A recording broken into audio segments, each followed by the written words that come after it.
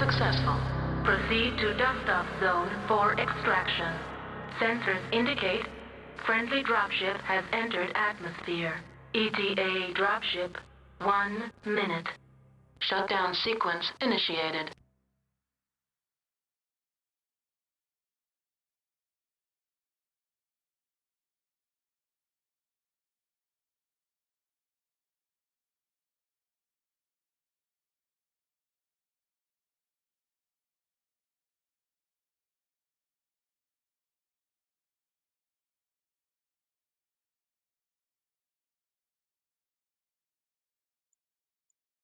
Sorry for the delay, guys. We're rules lawyering quite a bit here. There's some conflicting information on who is Team 1 that both teams are vying for at the moment. So, think we have it settled. They're all citing different sections of rulebook, but in the effort to get this show on the road at least a little bit faster, I'm using the rules as laid out in section 1.2 at the very end. From then on, all seeding will be based on the performance of each team. So we're using the Swiss seeding and fuck everything else. Anyway, my name is Festfuck. I'm here casting quite possibly the best match for this week, and one of the only matches to be cast, a little sadly. We've had a lot of casters step out or a bit unavailable for this weekend. I am here with the ever-present desire to cast more and more faction play teams as they step up to comp. Both these teams very familiar with comp, but I have fought many of them many a time, and am looking very forward to this match. Okay. GNX is Team 1. Everyone is cool. Clock has started. They seem to be locked. Team 2 is waiting to go. And as we wait for the teams to get set here and they're swapping lances, the maps for this week are the same as the maps for last week, but the tonnage differences shall be very telling as we go to Solaris City first for the MPL Brawl. Not really, could see some use of jump jets, depending on which cap side you play, Epsilon or Kappa, but the MPL Brawl is the MPL Brawl. It always has been, and things will get quick and dirty in these narrow choke points. Going to Canyon next for the mid-tier drop. Jump Jet's going to be very important on those heavies. Be a lot of contesting on the high ground of Delta 5. Could see some control decks from Charlie 4. Really doubt we'll see anything from the Team 1 side. A lot of play has been around Epsilon. And going into the big assault drop, it will be Frozen, which will be a lot of brawl, considering. Definitely the harsh terrain going to disrupt the cap points and really prevent any sort of control deck from taking over. Got to see probably some heavy stacks or a lot of annihilators. And anyway, should be almost ready to go as we have Team 2 locked. Let's jump straight into it. No radio cast for me today. We are live. I just get deathly afraid that MWO has crashed when I get silence like this. Anyway, this is current seeding, as we've now discovered is the correct ruling. Seed 7 versus Seed 9. And these teams have got a lot of familiarity with each other. A lot of pilots have swapped between these teams over the years. I don't know how old either of them are. They predate me, but so do most things in this game. Going over to GNX's side, we see the usual MPL setup. 2 Dervishes, a Vindicator Uziel, and a Phoenix Hawk, as well as a Flea for cap control. Coming over to CSPS's side, we see a bunch of Phoenix Hawks too, and a bunch of Vindicators. So they're going with the all same, all the time decks. Let's see if they painted them the same to try and sow some confusion. These are all very dark paint jobs. Could be a interesting tactic. See if Dubious and all his guys, yep, they are more or less the same colors. So, could get interesting here. A lot of HP on CSPS side. A lot of firepower for GNX. Those dervishes are very cold, have very tanky side torsos. And the Uziel can be a terror, especially with these high catwalks where it can shield its legs. Early damage going down as both teams get initial shots on each other in spots. No real damage at this range, but the early victory does go to GNX, who has taken Theta and will force Comstar to come to them. Dubious and the Vindicators going very high here, getting a little cheeky, but not really going to be able to contest very much from this spot. Maybe hoping GNX is going to NASCAR around into them from one side or the other.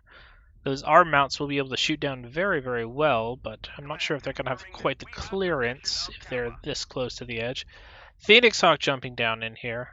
Once again, still looking for some early scouting. Carbon Fire and Coyote having absolutely none of it as they play the same control game on the other side. Uziel in the same cheeky position. Inazake looking out for their right flank. A lot of early UAVs going up, not a lot of action though, as the clock continues to tick against CSPS. They do have 8 minutes. They're in no real rush as they inch along the right-hand side as high as they possibly can be. Really, not a lot of aggression from either side. No cheeky strikes. Everyone's up at 99 or 100%. As I say that, I see Evor at 98. But finally some early damage going down. Flea does take a little bit of a scrape. But once again, not really any high damage at this range. I've got to figure out where they place these strikes. They never seem to hit anything. They might have been placing that UAV up there. Alright, so looks like CSPS is committed to try and pushing this cap, but as soon as I say that a strike goes down, they are falling back in disarray. Windscape is lucky to get out of there without taking too much artillery fire.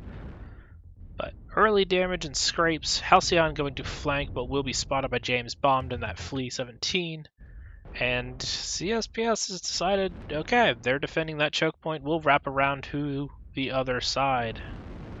But once again, with that early Flea pick, they have forced GNX to kind of come after them. And GNX is looking to capture these guys in Theta, and they are obliging here. Let's see if we get some big damage strikes in this claustrophobic middle area.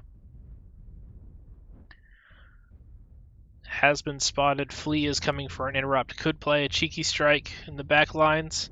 Don't see a strike going down, but that does not mean there's not one. The smoke is always in the high rafters up here. A lot of damage going down. That could be a winning move right there from GNX, that strike. Still getting traded out very well. They will finally reset Theta if anyone steps in there. Finally, they're resetting Theta. Flea has done an excellent job with some interrupts, but is going to be run down by Dubious. Another strike going down. Halcyon eats that one in the face. Damage numbers not looking great for CSPS, but GNX has not exactly enjoyed the trades. They've been facing a lot of guns as they peek through the alleys. So the laser damage and the artillery damage going about even. James Bomb needs to bail out of here. Doesn't seem to... Will make it out of there without being lagged. Windscape very hurt over here. The cat and mouse game continues as they rotate, and neither side seems to definitively want to take any sort of fight here. CSPS is going to take the cap advantage and bail, as they did not enjoy the artillery treatment being inside there. For as much as we saw both sides try and take high ground, neither of them is doing that here. We do see Buster up on the catwalks, but neither team has taken the upper rafters of this building, looking down on the other one. Coyote and GNX seem, again, set to receive, but not really in any position to demand that. Theta goes back flipped as James Bond to the Flea once again resets it. Now it is a neutral cap, but GNX still has the advantage. Coyote could get caught out here, but he's got the backup of his team, and we're finally going to see the brawl.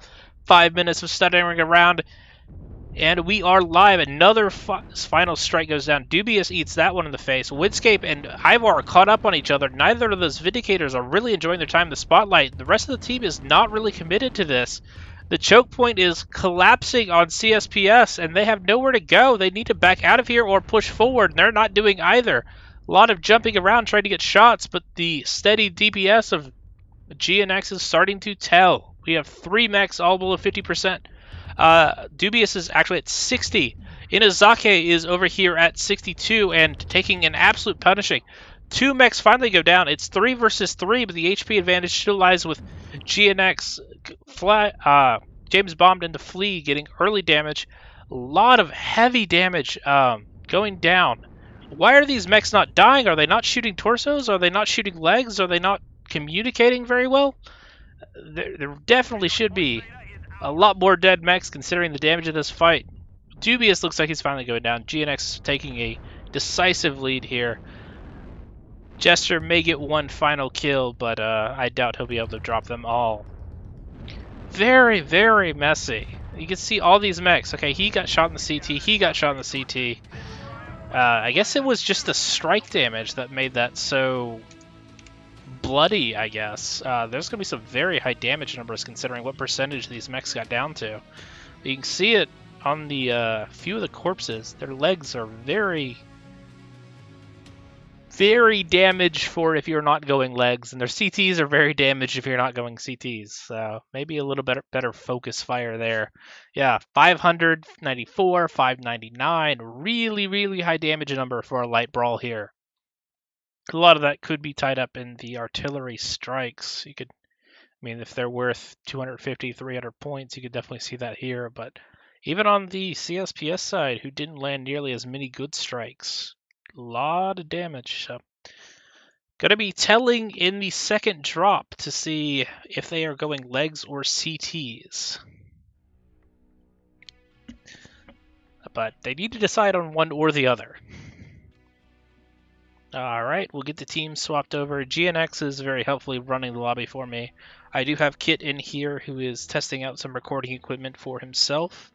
We are trying to get some more casters involved because weeks like this where it's very dry, there's a lot of action happening. We don't have enough manpower to bring it all to you. So if you're interested in shoutcasting, get a hold of me after this match or go on to the MWO Comp Discord and somebody will help you out. We do have a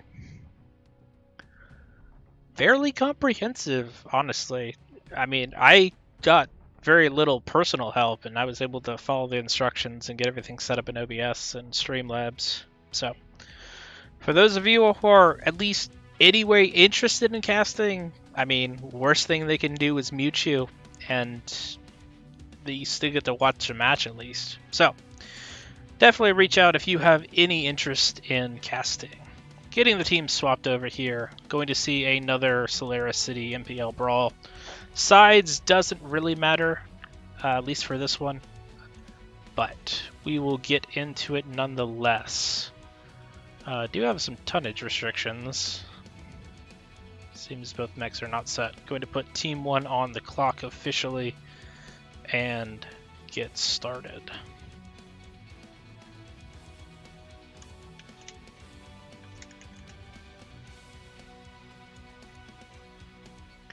So, as we switch back over to the map strat, we saw quite a lot of jumping around and playing around the edges. Something I've not seen from any of the higher level teams, or certainly the ones I've casted. They were using the upper tiers of these buildings on the edge to try and get a NASCAR rotate into them and expand the firing line. Because these are really narrow choke points, even in the plazas, it's really hard to get set up properly. So they were using the high ground to try and spread the line out a little bit. Didn't really see any of that in the main fight that occurred in the Delta 4 area, and there's not really any way to do it in Theta. I wonder how much DPS overall was lost taking all those jump jet mechs. They seem to be content to stay in the choke point and jump up and fire. They took a lot of extra heat going through it, and the Uziels and the Phoenix Hawk that were spread across the interior of Theta were basically shooting back just as hard, but without any of the extra heat damage or heat excess from the jump jets. So definitely like the idea of playing the fleet early to take early cap control. Both sides seem very set on their cap points. Team 2 headed up to Kappa, Team 1 headed over to Epsilon. But the Flea really held that in 4 CSPS's hand a lot earlier than I think they wanted to. Alright, so Team 1 is locked, putting Team 2 on the clock.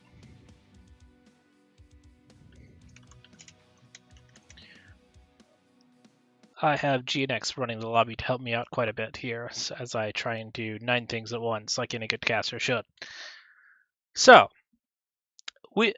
CSPS will have likely... They used all of their Vindicators and all their Phoenix Hawks, so they could bring Uziels and Wolfhounds. I don't know how... They definitely favored the jump jets for this match. GNX was a little more spread out. I think the Flea and one other mech also didn't have jump jets, but I'm not entirely sure. Could see more jump jet action, or could see some hard brawl commits through Wolfhounds and Bushwhackers or something. Certainly, if you played that much committed to jump jets in the first round, it would be a nice switch to go something else for the second. And I'm having to use a lot of my Vamp material that I prepped beforehand because both these teams are taking forever to lock. This is kind of ridiculous at this point. But as we wait, there's not even any good banter in the chat. Come on, if you're gonna do at least have some banter and shit talk, memes, be a bunch of 5-year-olds with way too much sugar in your system. Could be something to entertain myself in between these matches, but no, they're all diehard, set and serious. I mean, they are very even in skill, and they are very even in terms of their seeding here, so don't think it'll be that much different. As I said, these guys have faced each other 100 times in faction play. They're some of the only groups that can still get 12 mans together on the regular and go smash the pugs in faction play. Hopefully we'll see a lock here from Team 2.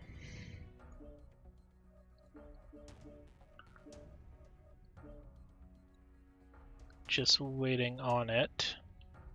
Come on, James. I believe in you. You're already in the right mech. There's nothing to talk about. You play MPLs and you run into them. There we go. Alright. So, Bravo Charlie stacks. Nothing too surprising. Once again, going to that map strat, it's the closest cap points. Team 1 can go to Absalon, Team 2 can go to Kappa. But we can finally get this match going. Boy. Hello, Lady Wolf and everyone in chat. Pity they didn't peruse. Yeah. So let's see if we can get a little more aggression out of CSPS, or if they're going to take something to counter that Flea early on. Him holding Theta and getting as much of a cap advantage as he did was very crucial in determining that fight, because they ended up having to go in after him, and clearly it wasn't their plan considering how quickly they bailed out of it when they had their prize. So someone in chat is going to tell me if you can put smoke on top of these buildings or on the edges of them, because I never see the smokes laying in this stupid map. Like, I know you can put them on the UAVs, and those don't show up, but every time there's a brawl in Theta, there's an artillery strike going down. There's no smoke anywhere. Could use some help with that. Alright. Going to the mech list, CSPS is taking 3 Wolfhounds, 3 Dervishes, definitely committing to the all for one and one for all kind of broadcast. Definitely enjoying these black paint colors to try and throw off any sort of focus fire, especially if you don't have any targeting systems. No, they do have an ECM this time, could be a little more effective, depending on how close that Grinner is and whether or not he's actually got the ECM equipped. James Bomb doing it once again, Commando early cap Theta. GNX has a game plan and they are enjoying it. So Kappa Epsilon for CSPS, they are going to be split up here, but I don't think there's going to be any way to take advantage of it. A Wolverine 7K, what does that have on it? 1 Flamer, 2 Small Pulse, 3 SRM 6. Definitely seeing some more of the interesting builds out of GNX for this. No early fights, but they do spot each other as they cross. Going through. SRM's on the Archer. He will be a big brick of health for them to chew through. Though he does have the weapon bay doors open, that does kind of mitigate that a little bit. See if the MPL brawlers just decide to go for his legs. But GNX is the one going full commit. They catch out Omniseed here, and this is going to be bloody. The Wolfhounds are on the other side of the map and can't get to the fight in time. He is going to go down for no real trade. They do get an artillery strike that does take a few of them down to 78%, but nothing compared to the mech loss here. Quantica is going to be run down by the Commando, and the Assassin Flamer on top of him. He can't shoot back. This is going to be absolutely devastating. Splitting up was the wrong move. The Wolfhounds come in from the back. They're going to probably focus down that Archer, but two of the Dervishes have gone down. Nobody on GNX is even close. Archer at 47%, but even still, Wolfhound up top trying to save his buddy, but this is not going very well at all for CSPS. We do have a fight on the other side. Archer is fighting for his life against one of the Dervishes, being backed up by Inazake in the Blood Eagle. 4-on-2 on one side, 2-on-2 on the other. Wolfhound will be legged. Does blow off the arm on that Wolverine, but Archer will finally go down on the other side of the map here very shortly, I see, from the paper doll. This is all falling apart for CSPS. They got split up and they are being run down one by one. A lot of aggression here from GNX. I did want to see some more aggression after that first match, and we are certainly getting it, but not from the team who I thought needed it. Very big mix-up. Calcion is going to be one of the last ones alive. He loses an arm. 5-on-1. Dervish is trying to help from the top, but Windscape is not going down there with a long stick. But the fight will be coming to him shortly. There's only so far you can run, my friend. UAV does go up. They're gonna have him permanently spotted, and if they could probably just shell the shit out of this ledge if they've got any strikes left. All right, where's the smoke at? Okay, there's the smoke. Black buildings, red smoke. Doesn't work. Windscape at 71%. Butler seems content to keep him here. He is slowly losing that fight, but the Assassin and Vulcan have not committed to the dive up there just yet. But it's 5 against 1. This is well over. Another strike goes down. They seem content to be playing with their food. So mean. Sphere, did you lose your jump jets or something? Go out there after him, man. Are you out of ammo? Target spotted. A quarter of the resources. Keep it up. Nope. Is under enemy control. Spheroid, are you out of ammo? Or are they just gonna wait him out? Are they taking all the gaps? Okay, Inazake has finally got some balls. He's gonna go up there and go fight him mano a mano. I would favor the Dervish in this, especially considering the Vulcan's open CT. But torso twisting can save a lot, and the Vulcan is very good at it. He is getting some help from below from the Wolverine. Windscape stays are numbered, but does force Inazake off. They're, again, still playing with their food. Somebody go up there and kill his ass. Finally, Spheroid decides. He must only have one jump jet on that Assassin. That was not a lot of lift. So they figured out they can go up the ramp and jump over. He's going to get a back shot if he's a little cheeky here. No. Spheroid open. Red armor CT. Both legs open. Both arms open. Focus fire of component parts has not been there across this match. At least for the first two. Grayson gets the honor of the kill. Having Inazake was forced off. Coyote was forced off. Spheroid was forced off. But Grayson taking a little not so friendly fire and losing a leg at the end there.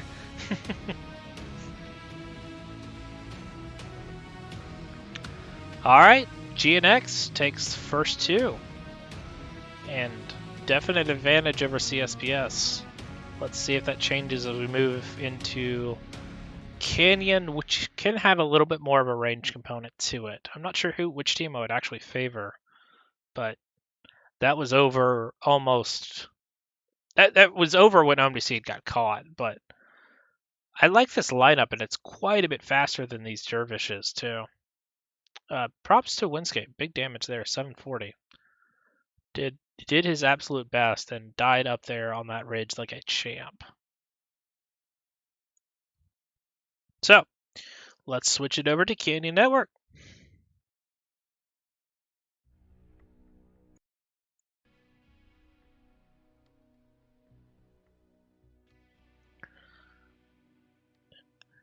Neither team were terribly interested in sharing their state secrets as far as fun mech points. Yes.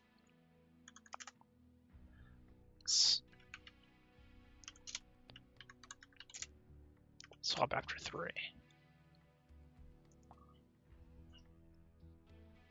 So, switching over to Canyon, 350 tonnage. Should see a lot of jumps, especially considering what side of that canyon you decide to play on. The top ridge of it is very narrow. So, seeing quite a lot of action take place over here. Delta 4, Delta 5, Charlie 5. This high ground has proven decisive, especially around both these pillars. We have seen trade teams trying to stack up Charlie 5 and Echo 5, but those have been traditionally run down by straight brawl SRMs and LBXs charging because you can get so close before you're even revealed, and IS mechs are so tanky. The biggest thing, I guess, is the difference between ISC and many of the other matches has been with only 6 pilots, you really don't have the firepower to leg somebody back here as they first round the corner and make it, leg somebody over here and make it a 8v6 or even 6v4. Just the firepower is not there, especially with the IS range disadvantage. Anything you take that would be good enough at it, it's just too hot. Have seen a number of blackjacks that have played pretty key roles for their teams, especially as early spotting and control over Epsilon, usually denying that cap pretty early. Echo 5 is pretty good, and the Junkyard that we've seen Balazar and a number of others play over the years can do a lot of work. Even with DACA, Jaeger mechs and AC5s, AC2s. But definitely going to keep the jump jets in mind, especially as a lot of these guys have used a lot of their good jump jet lights and mediums. Could make it very hard if they decide to play either side of this without control of the top. So, did see KDCM and LGBT, if I'm remembering the match right, do a lot of similar situations where they were playing control in the back and just got run down. It was very, very brutal. But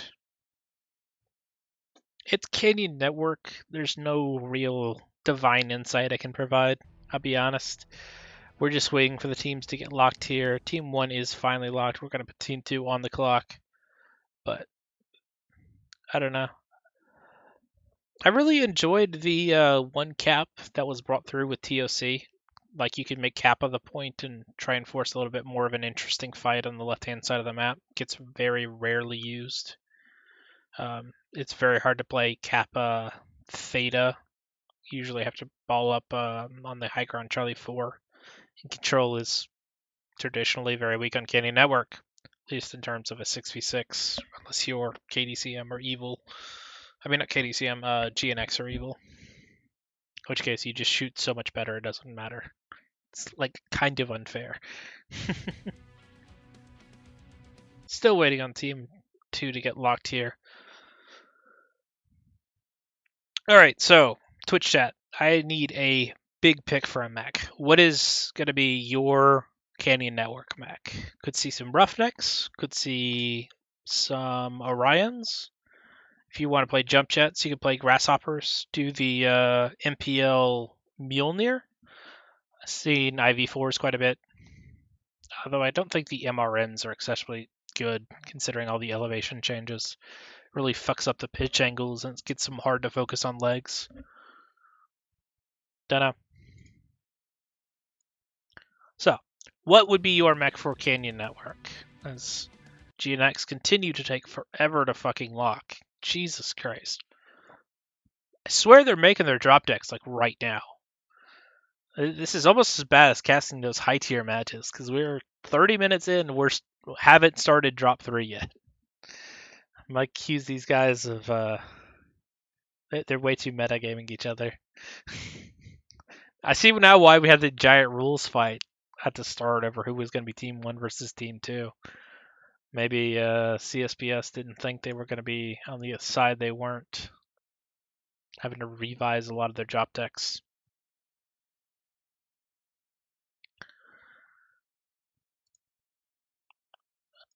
I'll make you guys wait in here with me. Enough staring at Kenny and Network.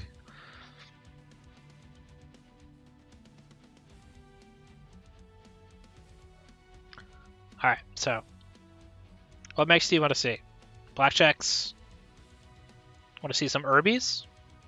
Get those rotaries, the MPLs from the K9, although you can only bring one. All of the Dervishes, Vindicators, Phoenix Hawks, and Wolfhounds have been used by CSPS, so that leaves Uziels and Vulcans as their mix of choice if they wanted to play any sort of control games with MPL boats and cappers.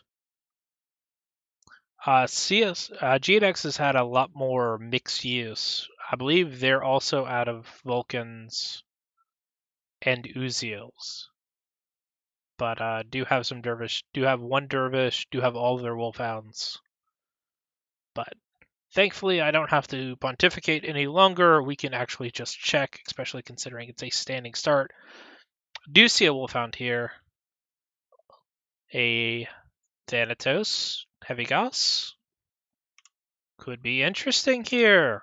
Yes, they are going with the Heavy Guac and a Trebuchet 7M with Lerms. They are going to be absolutely disgusting GNX here. As we wait for this match to get started, we do see all of the Vulcans coming out for CSPS, and an Annihilator 1P going to be an interesting choice. Doing long-range laser control? Yes. He is going to be backed up by a Grasshopper and a Quick Draw 5K, which I did see some blue lasers come out of. So a very, very interesting deck list here from CSPS. And with them being down by 2 games, this is all to play for. Does look like GNX is going to play the control game over Kappa Theta.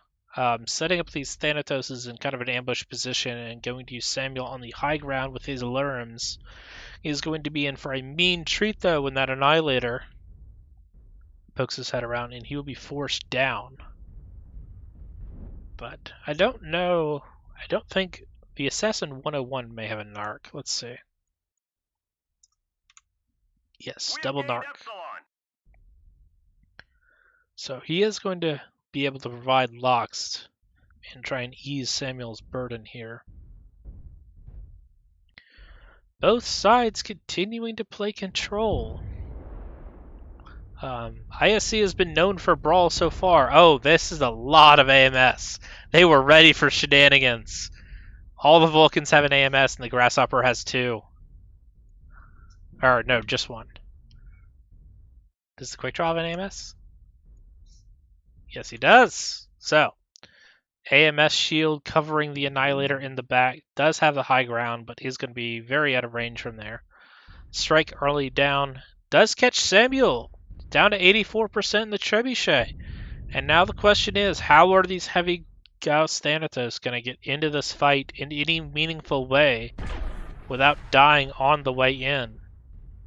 Looks like they could cap Theta, but this is going to be protected. James Bond doing what he can to try and get narcs, and we are going to see how much of this transpires. He is going to get jumped down by these Vulcans and is going to be in for a bad time. Narc boat going down is going to make the Lerm boat that much more ineffective. He is running for his life, and he will not escape. Right leg open. Left leg open. And are they going to finish him off? Yes. Double kill from the legs. Wolfhound could be trapped here as well if they're not too careful. Somebody has tipped off CSPS on this strategy, and it was not me. But this seems almost directly to counter them. early cap control from these Vulcans has proved decisive in this matchup, as the Thanatos can't really get into the fight. They're trying to do heavy Gauss stuff from like 500-600 meters.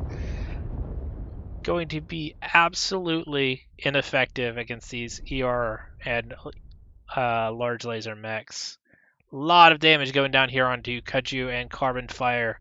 I don't care how good of a shot you are going to be outshot by all these guys. He is in the open, taking an absolute battering. Left torso already open, now getting shot in the back, trying to deflect with his arms. They do run down the... No, the Trebuchet is still alive. How did he get out of there? I guess one of the Thanatos died to cover him. Samuel is doing what he can, but his damage numbers should be very telling as this match goes on. So, this was a deck list win for CSPS. As much as the positioning decided match 2, the drop decks have decided match 3. That much AMS and that much of a positioning disadvantage for these Thanatos. They are not getting anything done. When you've got 6 heavy Gauss rifles and not a single mech is dead at the end of the drop, you have lost very poorly.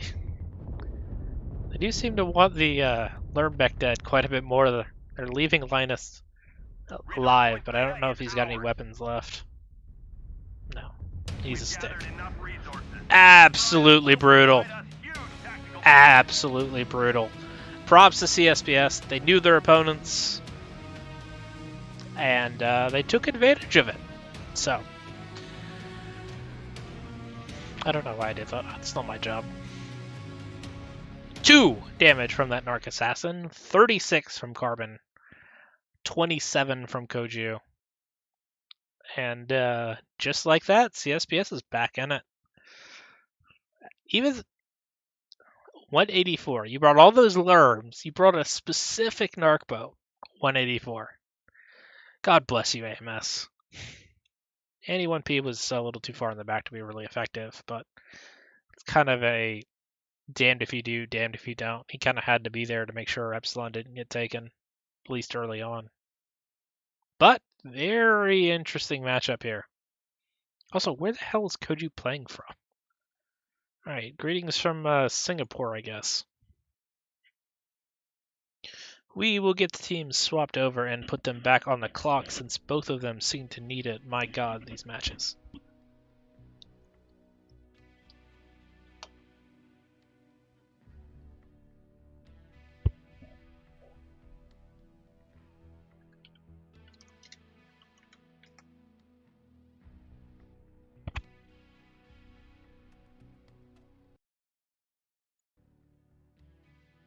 No, now they're swapping. Okay.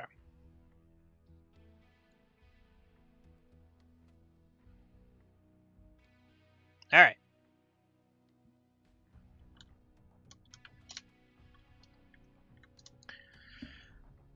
Boy, Herbie flex on some bitches.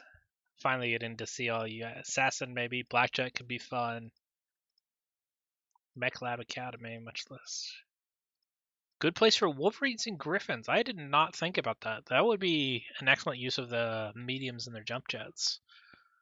Not used to seeing heavier mediums, but maybe the SL Crab could make an appearance if GNX decide to go aggressive again.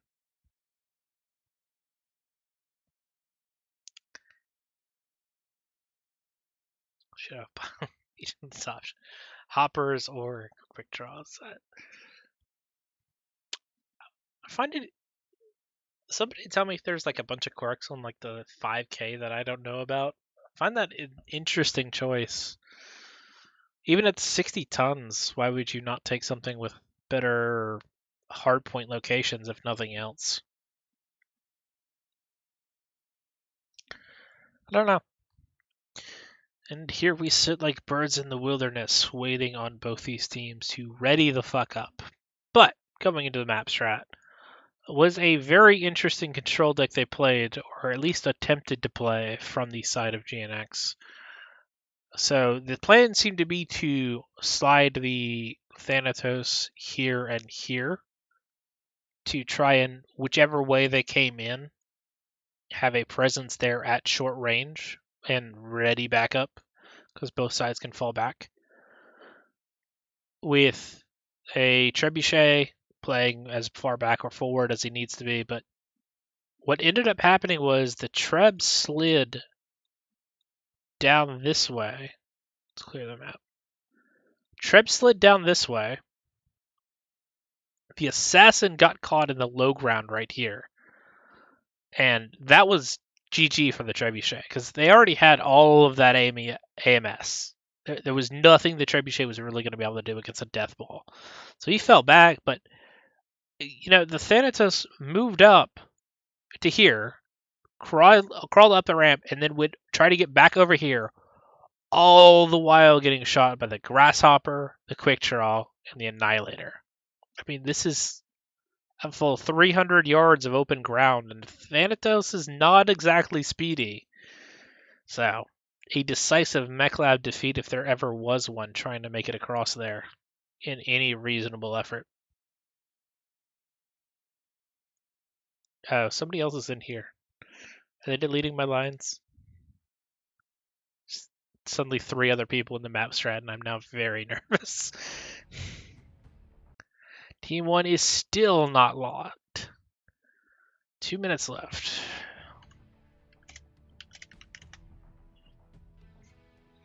My God. So, there's... I don't know how you would cross over. They had to get Theta back and try and play their game. But even then, where are they going to go? Once the Grasshoppers and Quick Draws take this point away from them, they can't defend it. There's too many open angles. Cross that way. They can slide over an Echo 4 with their jump jets and just abuse them.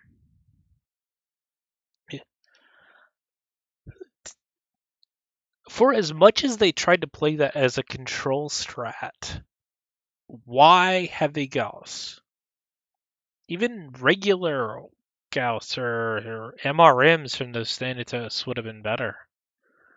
As far as trying to break that apart. Were they really that concerned over something like a Ninja Cap and were trying to blow off a flea in one shot?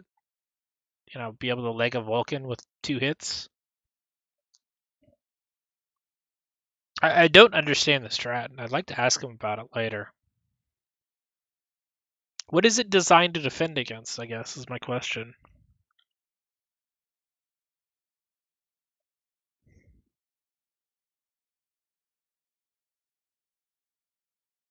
I don't know, even jump crabs and some full send MPLs could break that, I think. Especially if their shots are not on point. We have not seen that from them yet. The focus fire from components has not been there.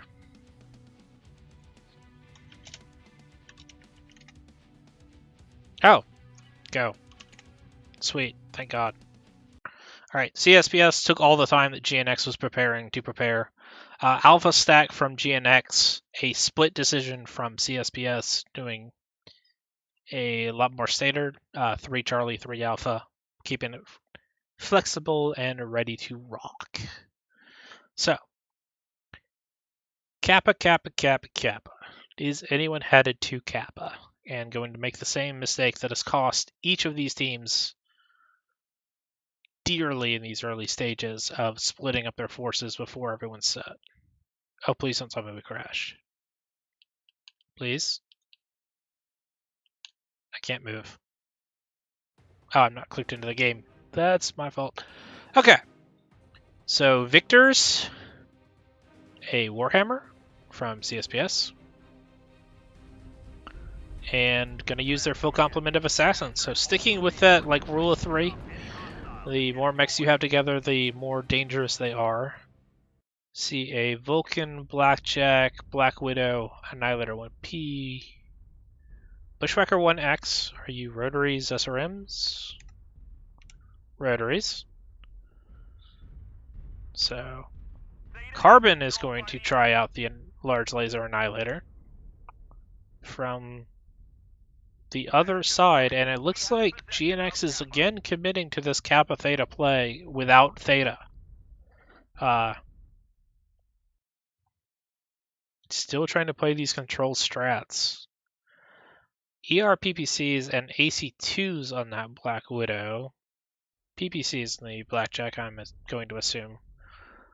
And a screen of Vulcans. Taking Epsilon.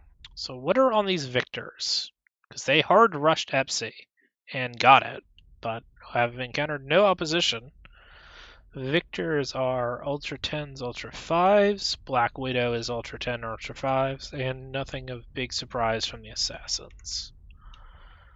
So, Ultras versus, again, a lot of control out of GNX here. So, doing a hard push up with these Vulcans to get control of Theta. Strike will go down, won't deny it, I don't think, unless they get a decent reset. Bushwhacker taking a lot of early damage and probably doesn't need to be the mech trying to do that. Resource point Theta is ours.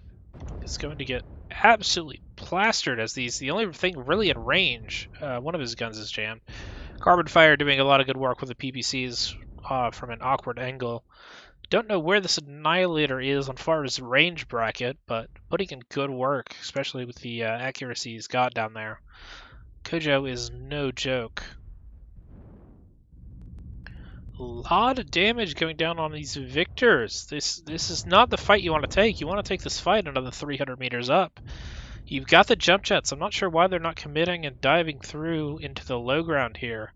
Windscape getting absolutely plastered, taking a lot of damage, especially from the Rax and the Bushwhacker. Left side Assassins are going to move in and trying to pinch off Samuel as they did in the last match with a James Bond, but I don't think it's going to work here. He falls back to the loving embrace of his teammates, and the Annihilator is going to be perfectly positioned to counter these Assassins. Does take a beefy hit, 25% on that Annihilator. It loses an arm. But it is an Annihilator, and it's still going to be a lot of health to chew through. But that was a big way of evening this fight, as the Assaults stand absolutely battered now on both sides, 60 and 73% to 75. The Assassins continue to be very cheeky here, but they're not getting a lot of support. The Victors are not really able to close in here, finally committing to this low ground. Warhammer and Omniseed are going to be a little late to the party. Theta is finally recapped by GNX, and they are going to play a lot tighter control over it, making sure these Assassins don't slip away and try and sliver cap it back. Carbon looking out. Windscape is going to get absolutely plastered as he comes up here. Really suffocating as they're down the low ground without a lot of options. Assassins are coming up on the right side trying to dive Carbon, but looks like Halcyon has gone alone. Ivor and Dachump were not ready for that, and he is 1v5 right now. Carbon will go down, but it's likely going to cost two of the Assassins their lives. The question is if Ivor can make it out of here without being legged. Dachump took also 20+% damage, and Carbon doesn't even fall until Ivor does that final shot. Bushwhacker here is holding on. Does still have all of his weapons. It's not really open anywhere. The same could not be said of Windscape as he moves up through the low ground. Both side torsos open. Likely an LFE on that Victor based on how slowly they're moving. But lots coming down on the Assassins. They've decided to jump on the Bushwhacker. But the shots are proving true from GNX going after these Assassins. And the focus fire is... The aim is a lot better than the focus fire at this point. A lot of very hurt Maxim CSPS here, but they are hurt and they don't have that much more HP to use. Omniseed's about the freshest thing they've got. Does look like the slow strangle is going to come in. 28% on this Bushwhacker. Somebody put this man in the ground. He has no armor anywhere. It's all structure.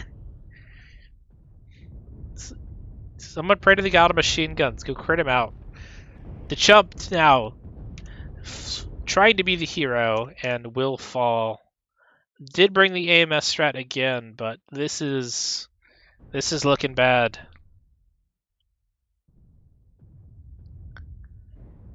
Omniseed is the last man standing and trying to pull a Windscape. Will he get 700 damage? and like 2 kills? I don't think so. We've gathered enough resources. This triumph will provide us huge tactical benefit. So,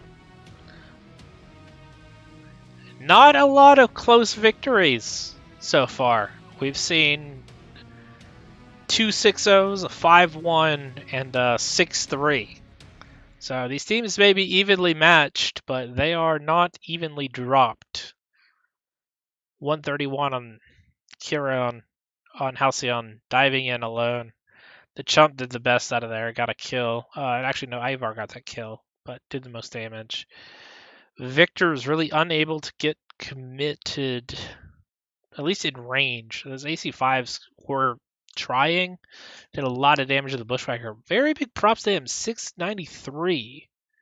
I don't know who Buster Machine is. I don't think I've ever fought him before, but highly impressive damage, especially in a stacked lobby as this.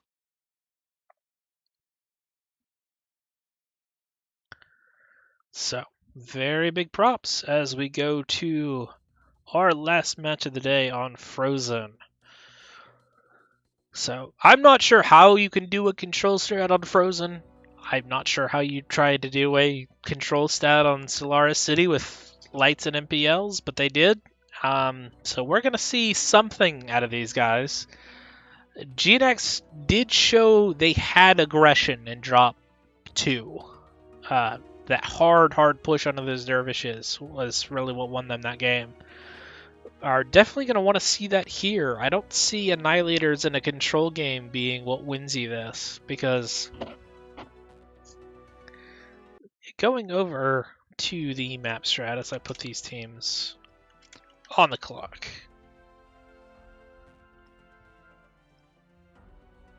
Have they swapped over? Yes. So, going into the map strat here.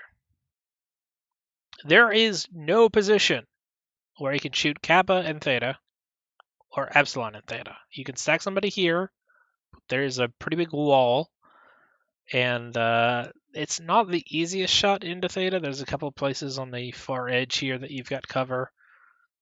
If you go Kappa Theta, your best bet is trying to set up Bravo 4 and using some of the high ground, but even then, you can't set up back here and shoot properly, and there are no great lines. It's very much an awkward map. We have seen in the past, if you try and play control, you end into Bravo 6 and held Epsilon, usually with some large laser fire. But if you've got a short enough mech, you can actually cap from here and not be spotted at all. Strikes have been used to try and deter this a little bit, but look, you have to try and want to play a control strat on this map. Just don't. Gather up your Roughnecks, your IV4s, your Onions, and just send it. Just SRMs and LBXs and all the glory days of Brawl. Can do MRMs if you feel like you need that range, but just go Brawl. The map is crying out for it, please, guys. My heart is crying out for it. I'm a Brawl guy. I make no bones about it. So, GNX is going with the controversial move of firing half their roster. So there's currently 3 pilots in the lobby right now. They do have it. They do have the match won at 3-1. So I will congratulate them on that. But my truest congratulations will go to whoever team decides to bring all their Roughnecks.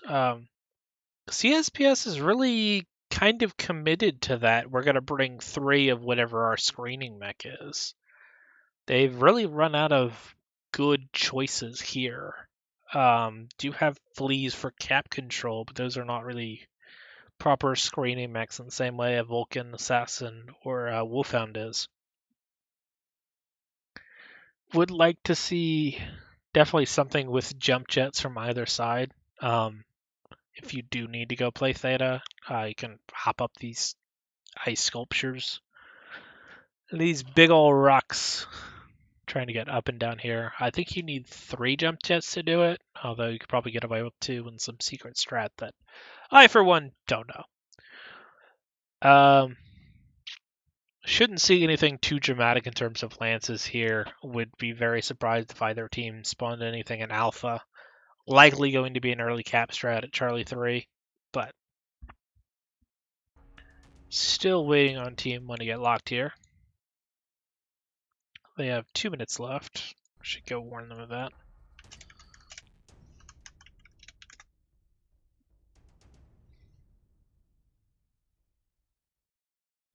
God. Something about these, like, as soon as you get to Div B or Div A, these teams just spend at, like, oh, their tonnage changed by 15 tons. I mean, somebody dropped down to a heavy from a medium, and dude, the amount of metagaming for what is 5,000 total MC is too damn high. This is too damn high. Go put your dick on the table, say I shoot better than you, I position better than you, and if you're gonna play a control game, do it. But don't sit here and drag us into way long into these decks.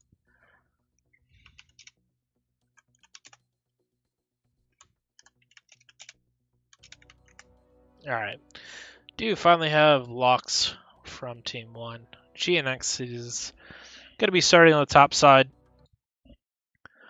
I wish this map contained some sort of contour lines, because there's some big hills across here that could be very interesting in terms of they decide to stack up at Alpha 3 or even Alpha 2 with some big range annihilators. For as much as I say I want Brawl out of them, I'm expecting them to keep going control. This is really kind of the golden area of those control decks, because you can cover anybody bailing out of Theta. You can't control it, but you can cover anybody bailing out of it. Team 2's got a little bit easier time. The Epsilon cap can't really be contested if you get it early. And from Charlie 5 is a very good spot, because you can fall back with something like a Ultra 5 Cyclops or any other big DACA mech and really control firing lanes across the dropship, up into where this ridge forms at Bravo 4, and if you're got enough pitch, control a bit of Theta along with some light support, screening out wide. So maybe ER laser, ER medium laser flea could play some sort of screening force out here with heavy top cover. That could be a way CSPS plays control.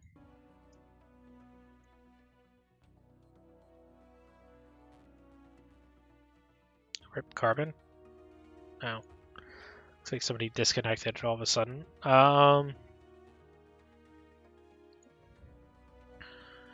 Wait. They're gonna use every bit of this, aren't they?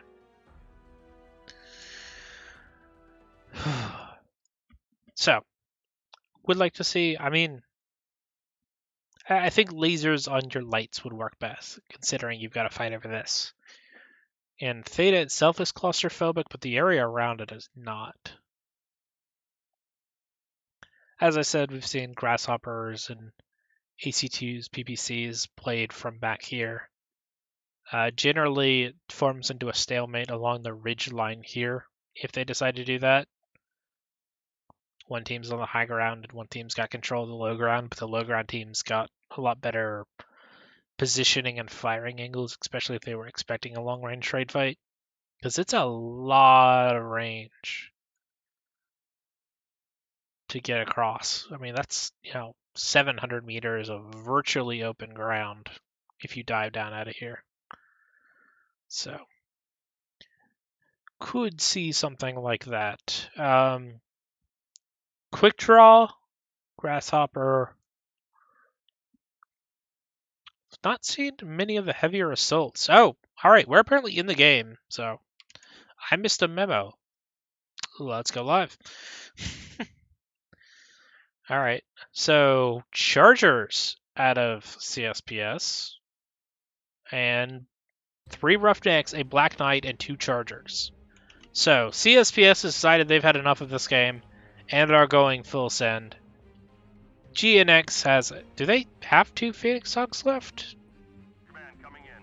going to assume they do, because they did, but I think they might have overused the Phoenix Hawk. Oops. MPLs. Banshee's got PPCs and AC2s. Blackjack's got PPCs. Inazake has AC10s and 5s. So, alright.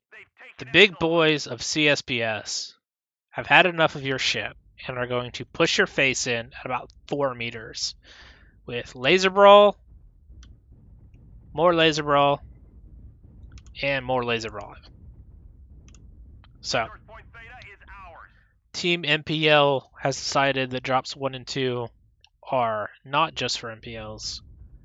Theta is capped, and they do know this, so they've got the bit of advantage. They will be scouted by the Blackjack, but the Assassins are going to... The Phoenix Hawks are going to take a little bit to get here. How much damage do they take on the way in? This is what it's going to come down to. Windscape, untouched. He's been the hero of several of these drops. Elemental Jester and the Black Knight down to 85%, but he's not going to be the one leading the way. Side shots coming in from the Phoenix Hawk, but you need to dive the Annihilators, guys. Too much confusion. They've stopped pressing the W keys. Red alert. W keys are not being pressed. What are you doing? You are in a dive comp. You have to dive. Go. Go. Go, Halcyon. My God. Don't sit here and trade. No. Oh my God. No, this is over. It doesn't matter. You could be the best shots in the world. You can't trade from this range. Not with these guys.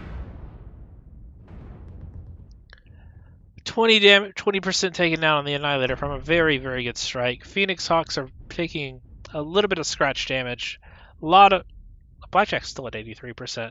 So finally they're diving in on the Annihilators. They've got in close, but they are very, very beat up. Looks like Inazake is going to be the first one to fall down. Rojo could... these anime names, man. Kaijo is going to be the second one focused down. Back shots are coming in from the Phoenix Hawk. Does drop I'm a Hoop Jones. Evor has died. Omniseed finally falls. Not a lot of HP remaining on CSPS's side.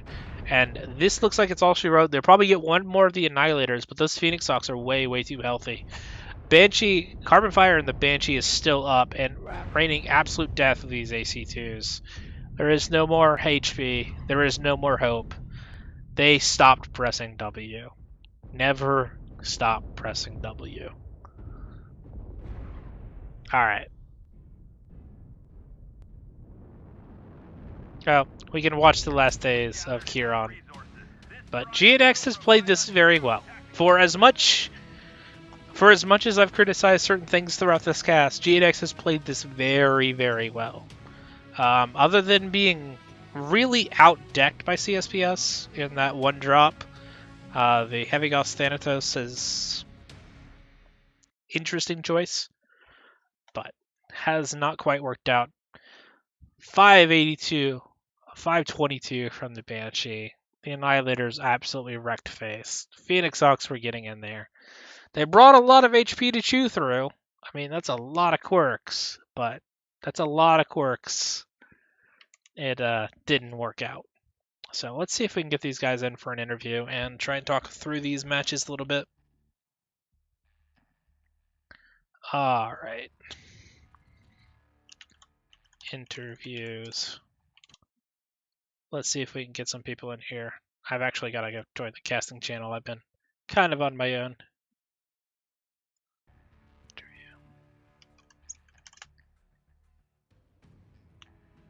See if we can get maybe Windscape. Sure.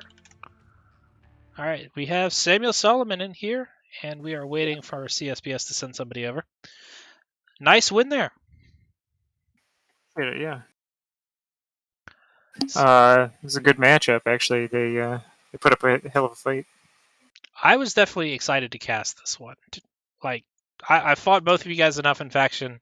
I knew this was going to be absolutely brutal and a lot of control going down. I'm not a control guy, but I enjoy seeing it done to such a good extent. Yeah, absolutely. I mean, obviously the Solaris drops are I think there was a couple teams that like tried control stuff, and I think they even didn't like Gussie do control on there. I don't know, but it does end up kind of being more of like a brawl just because of the tonnage. But the other maps, there's a lot more opportunity to like, you know, just to like kind of sit back a little bit and try different stuff. See if I can get somebody from CSPS. Ah, there's Dubious. Hello, Dubious. Hello, Mr. Fez and GG GNX. You played really well. I appreciate it. Yeah, you guys did as well. All right. Thank you. We are on a delay, so if you want your interview questions answered from chat, post them now. But going through those drops, we saw a lot of control game on Solaris. Both of you guys seem very hesitant to go into Theta. Theta is a death trap, but a lot of jump jets. I've not seen the building stacks from either of you before. Is that something you practiced or you scrimmed and figured out that was very good? We basically thought Theta was kind of a death trap. So yeah, I mean, what you just said is totally correct. Like we just kind of initially decided, we'll set up outside, using like the high ground and stuff. I think some other teams did that too as well, like already this week, and it seemed to like work out. And if you like watch the cast and stuff, so Well, other than the match I played, I have not seen any of the cast before, so that was news to me. The second drops, I think, were the most interesting. Canyon. The first drop was a pretty solid deck win by CSPS, I would say. Those heavy Gauss Thanatos really couldn't get into range. Brought a lot of AMS to shut down the missile boats. What was the design behind that deck from the heavy Gauss? So it was really more like we had a narker. We were trying to basically chase out we didn't know what they were going to have, but we were trying to like chase them out with the Lerms, and then push into them with the heavy Gauss. But like literally, they did exactly like to counter us. I think. So like they just were like they had ER large like on the one side, which the heavy Gauss totally can't do anything about, and then they had a very strong wolf pack and everything, which totally owned our like pretty like weak wolf pack or whatever. Yeah, so it's just like all across the board, we just got totally owned on that drop basically. But it is what it is. You can't win every match. So for CSPS, you guys seem to alternate between taking control decks and dive decks through most of those matches. Were you expecting GNX to try something similar to what you guys did with an Echo 5 setup from the second Canyon drop? Just backing off to Solaris for a minute. The first drop, we had the idea of going up high and creating a kill box. Kind of classic military strategy, really. But no plan survives first contact, I think is the saying, and it certainly worked out that way for us. So we had this elaborate plan, and I don't feel like it was robust enough, and we paid the price for it. We ended up in a choke point trying to push in onto Theta, and we didn't push in hard enough, and GNX had the better deck for it, I believe, and we just lost that one. Yeah, you did. You guys never really took anything to counter the Flea Commando that had early control of Theta. No, we didn't. I mean, we had a really good idea on paper, but it didn't work out that way. So we're going to learn from that and come back stronger next week. The second game I was kind of fuzzy on. I didn't really watch it.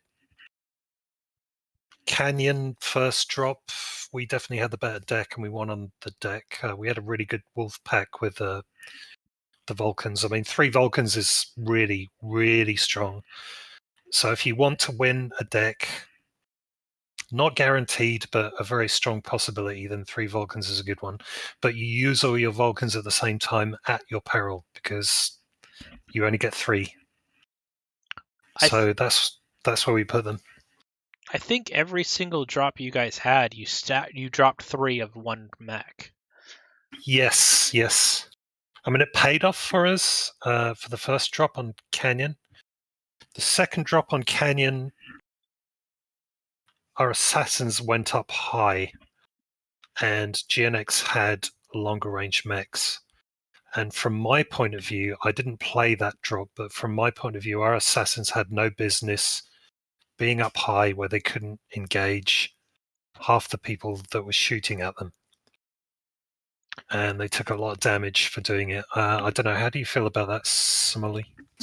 Yeah, well, basically, like we set up.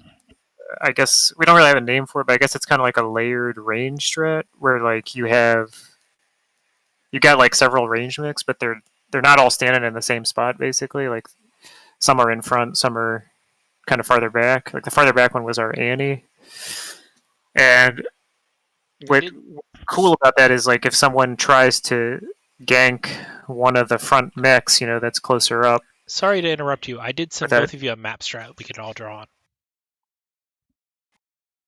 Yeah, it's the point is it's kind of hard to like push any one of those mechs because then like the other mechs turn and start wailing on you while you're trying to like down that one mech.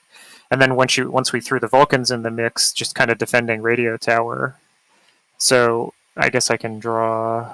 Are you seeing my mouse? Yep. Oh, okay.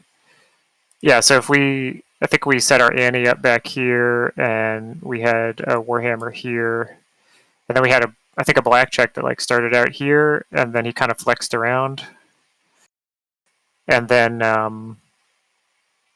we had two Vulcans out at Kappa that eventually came back in and like also retook Theta as well, and then we had a bushwhacker out here, and then I think CSPS was like along this like ridge line basically for the most part, and then pushed up to radio tower. So what I mean by that is like at one point the assassins like pushed the Warhammer, but while they were getting pushed by the Warhammer, those assassins were getting wailed on by like these guys, and our Wolfpack even came in and like helped as well. So like that's what I mean about like kind of like a layered range defense, I guess. It kind of forces the enemy to try to like either like fully commit to a brawl or like try to pick it apart from using their own range like angles basically. So I don't know. That's kind of how we approached the drop, I guess. Yeah, they fully committed to Epsilon, and I really would have liked to have seen the Victors dive like into the low ground a lot earlier. They took a ton of punishment up here trying to trade out with the Bushwhacker at first, but once the Blackjack and the Annihilator got in there, they were really hard losing those trades. So Yeah, the assassins are really dangerous around, or sorry, the Vulcans are really good at like poking the corners around radio tower, like in this area, and just because it's a beam weapon, so it's like it's instant. It's a laser weapon, so it's instant hit. There's no velocity component to it, so I was one of the Vulcans. That's kind of how I felt like being in one of the Vulcans, just kind of like being able to trade around. And I think that was like exactly what CSPS did to us on the previous match. Like their Vulcans totally like did that to us basically as well, coming around that Echo 3 area. Yeah, we're kind of going back to the Vulcans. I mean, they're extremely strong for pretty much any of the drops that we're playing this season. well, We spent all of ours in one drop. I'm thinking that could have been a mistake now, but it definitely I looked don't like want to take anything away from GNX. GNX played really well, and we had some good strats on paper, but they didn't work out in practice. So we need to learn from that. We're going to come back much stronger next week. well. I will say, Drop 5 was all of my hopes and dreams utterly shattered. Can you walk me through what happened? You pushed up so strong and aggressive, you had the ideal lines to try and go through Bravo 3 into Bravo 2. And then the W key pushed, stop pressing W. What happened there? That's a really great question. We need to go back and talk about that, and maybe we can come back with an answer later. Gotcha. I mean, Windscape was pretty hard committing, and in a lot of those fights a little earlier. And I don't know. You took a push deck and you didn't push. It just I can't get over it. But what was the plan if they had taken a control deck, GNX? You guys set up very passively. I know you had some early scouting from the Blackjack, But where were those Annihilators going to end up if they had a control deck? Well, that's kind of what the blackjack's there for. It's kind of like an initiation mech. It doesn't have like massive DPS or anything, but if the enemy is like sitting back in like this area, taking these 2 points, then that blackjack is the mech that can kind of corral them a little bit, and like annihilators and like other big fat assaults and stuff are like pretty vulnerable to getting pop-tarted. So our plan was basically like the blackjack and the Phoenix Hawk to kind of like screen forward and just try to like make things put their heads down, and if that is successful, then our assault lance would like move up to like this ridge line over here, and then hopefully it's like we win the trades from there. Hopefully, that's the idea. Got it. Yeah. All right. I believe our initial plan for this was to take a line push and just push straight across the downed ship on Charlie 3, Charlie 4, and push across as a line. And I need to speak to my guys. I didn't play in this drop, but something went wrong. Well, hopefully we're not cut off too much. It seems we're raiding No Guts, No Galaxy. I'm not sure who did that, but it was not me. We scrimmed KDCM this week because we knew a lot of like we've been in like past tournaments where like a lot of teams do like to brawl on this map because there are some like short paths that you can take, from like the one side or the other. And so like we specifically scrimmed KDCM this week just to like see like how things would hold up against like a push. The end of that story is we did not win against them, so we were raid coming in, but but we figured like that's what we practice, so we'll keep it anyways. Just try to do better, basically. Got it. Well, thank you for the wonderful presentation, you guys, and for the wonderful match it was the cast. Good luck to both of you next week, and I believe that's it from me. I appreciate it, Fess, and thank you, Dubious, and the rest of CSPS. It was a great match. I enjoyed it. Yeah, thank you for casting, Fess, and well played, GNX. We'll see you next week. See you next time. All right. Bye, everybody.